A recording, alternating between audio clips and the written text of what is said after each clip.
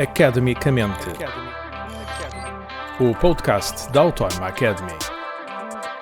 Ora, afinal, de que é que se faz um diplomata? Para responder esta pergunta, convidámos justamente um diplomata, o embaixador Mário Godinho de Matos.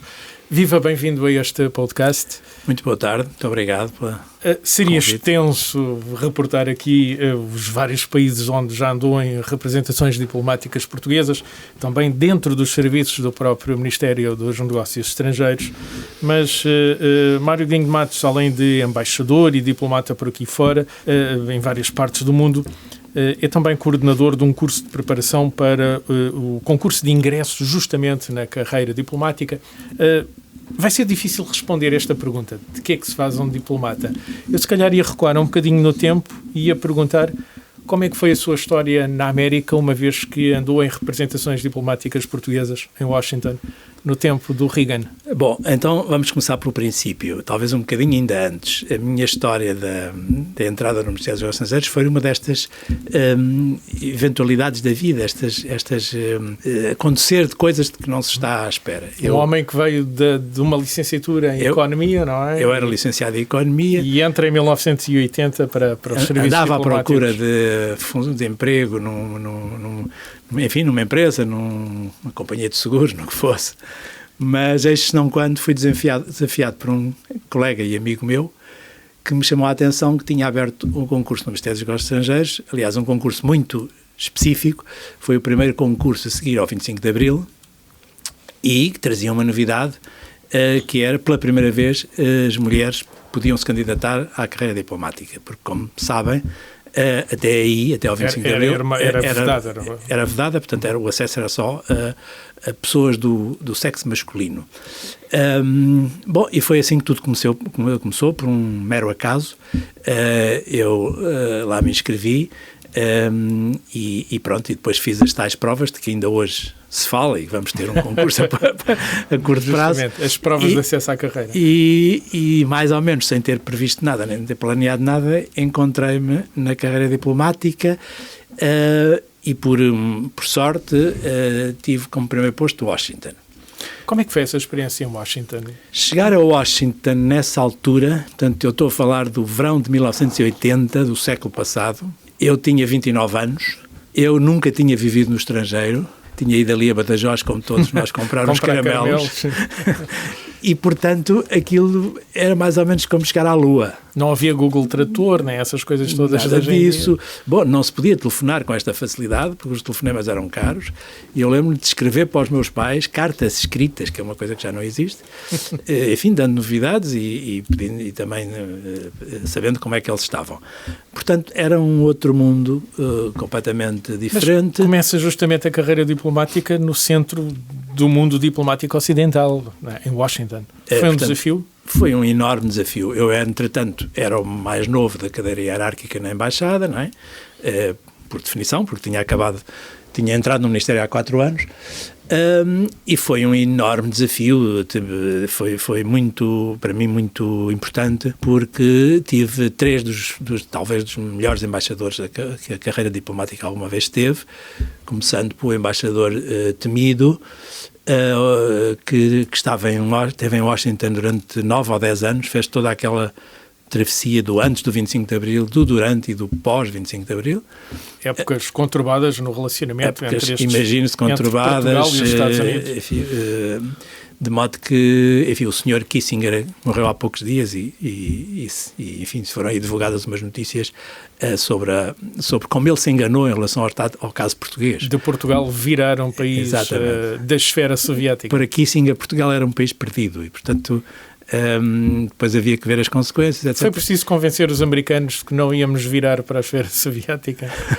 Foi preciso convencê-los um bocadinho, porque, claro, os americanos têm aquela visão de grande potência, de centro do sistema internacional, e tudo isto para eles é um pouco periférico. E, portanto, enfim, observavam aqui alguns sinais de que a situação podia, de facto, descambar, mas, e o próprio Kissinger tinha essa percepção, mas valeu o embaixador americano então em Lisboa, que era o Sr. Carlucci, que com o Dr. Mário Soares... Tinha outra visão. Tinha uma outra visão, conhecia o problema de aqui estar, de viver aqui, e isso é muito importante. Era uma das coisas que talvez valha a pena falarmos, a diferença entre conhecer um sítio porque se foi lá muitas vezes ou porque se viajou e viver lá, não é? Conhecer aquela gente, tentar perceber. Esse é, aliás, o maior desafio da carreira diplomática. Conheceu os americanos nessa altura? Eu tentei conhecer, não sei se os conheci muito bem, mas naquela altura foi uma altura de grande euforia, de positivismo no Estado americano com a vinda do Sr. Reagan, depois do desastre relativo que tinha sido o presidente Carter, o presidente anterior. O Reagan, de facto, conseguiu imprimir ali um dinamismo completamente diferente e um otimismo americano que foi muito interessante. Isso sentiu-se na política externa? Sentiu-se na Embaixada de Portugal lá? Sentiu-se na Embaixada. O nosso relacionamento bilateral é talvez dos mais importantes, continua a ser, a relação transatlântica para nós é fundamental, a questão das lajes, etc.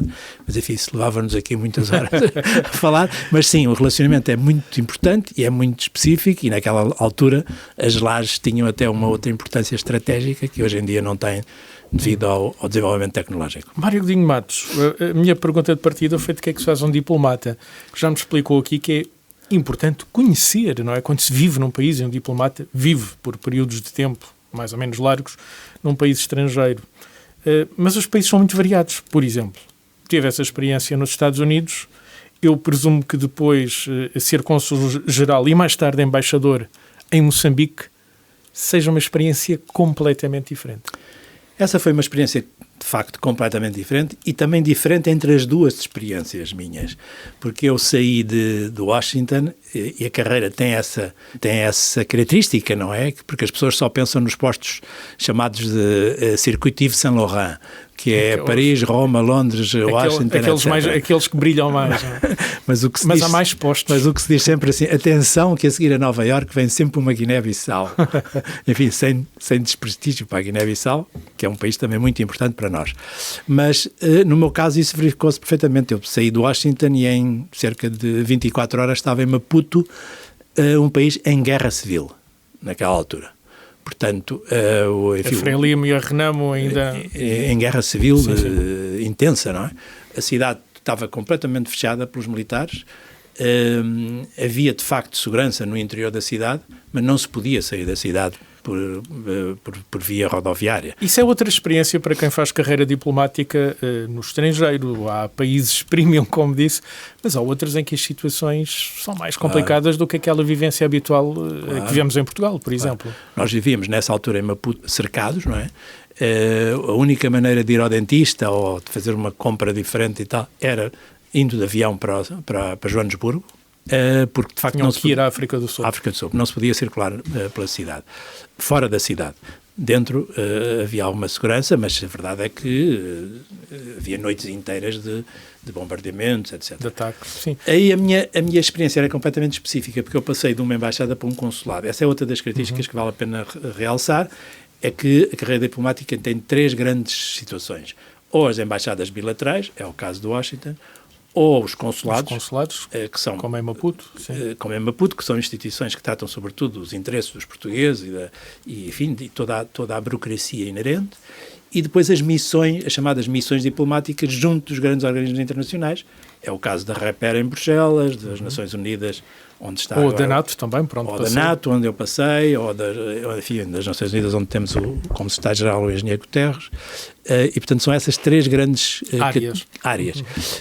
Acontece que eu passei de uma bilateral para um consulado num país em guerra civil, em que a situação dos portugueses era muito complicada. Não é? Pela segurança e tudo. E, portanto, a vida de um cônsul nessa altura, eu costumo dizer por graça, que se passava entre o aeroporto, porque, onde recebia raptados, porque a Renamo tinha como... Raptava portugueses, sobretudo religiosos e religiosas. Portanto, quem estava em missão mais afastada das cidades. Isso, ia libertando alguns e metendo outros em cativeiro, porque era uma questão, e é uma questão de retirar efeitos políticos, dividendos políticos desses raptos. Enfim, estamos a ver isso agora com o Hamas. O que não quer dizer que façamos uma semelhança total entre o Hamas e a Renamo. Serão coisas diferentes.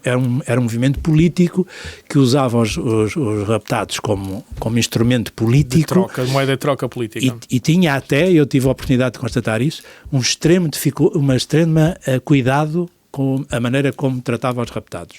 Porque eles tinham que caminhar pela selva durante todo o dia, porque não era fácil. Enfim, a Frelimo também fazia o seu controle.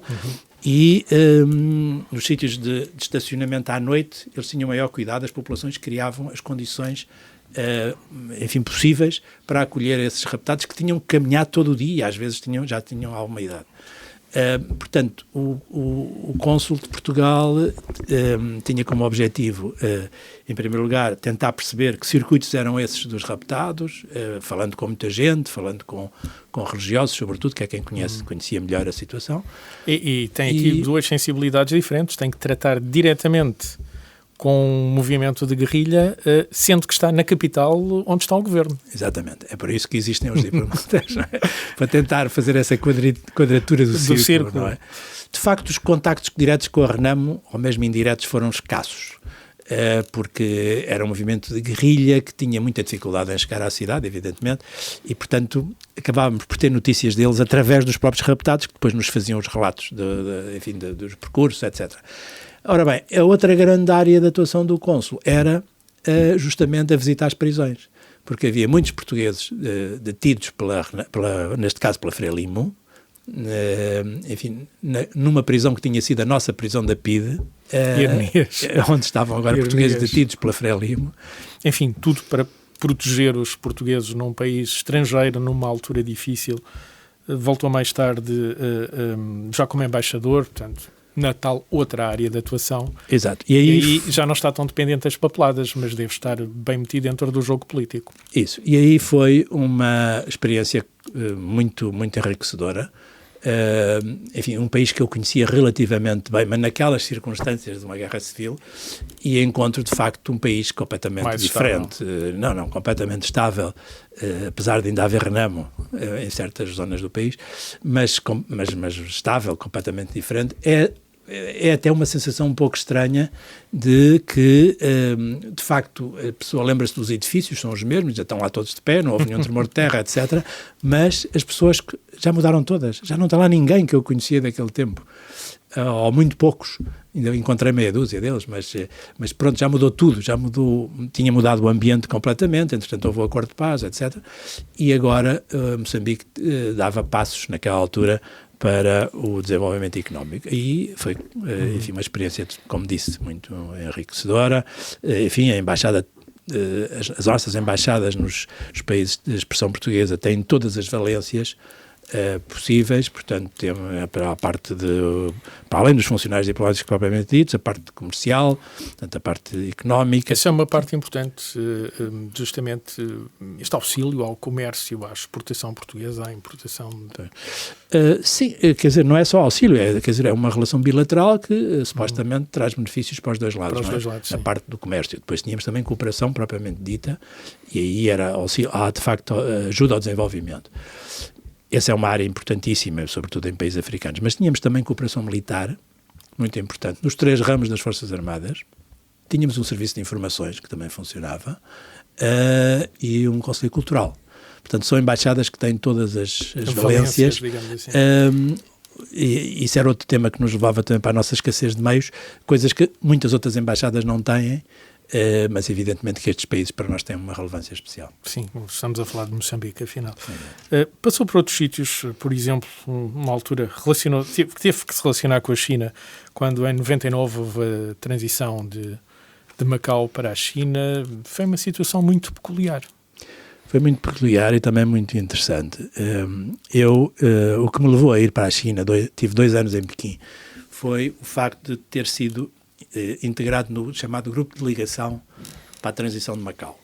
Foi um processo que se iniciou aqui no Palácio Foz em 1988, estamos sempre a falar do século passado, portanto somos já entidades do século passado.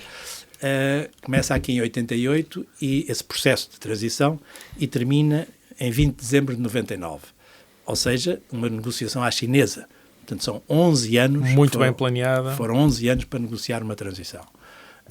A China não costuma ter pressa, não é? A China não costuma ter pressa. Tem aqueles 3.000 anos para trás e, portanto, quaisquer 100 ou 200 anos para eles é amanhã. De maneira que não tem pressa. É outra maneira de ver a história. Exatamente. Levámos, portanto, 11 anos nessa negociação. Como eu disse, começou aqui em 88. Eu depois, em 89, fui para Pequim e estive lá de 89 a 91. Participando sempre nas negociações da transição de Macau, portanto, que fazia com que eu me deslocasse com alguma frequência a Macau. Foi um processo muito interessante, porque havia que planear tudo com os chineses, desde a moeda até ao registro civil, até ao estatuto da língua, enfim, aspectos que foi preciso negociar com os chineses e com muita paciência, tentando ter quase tanta paciência como os chineses, mas foi um processo muito interessante porque era tudo era analisado e visto, e 11 anos é muito tempo.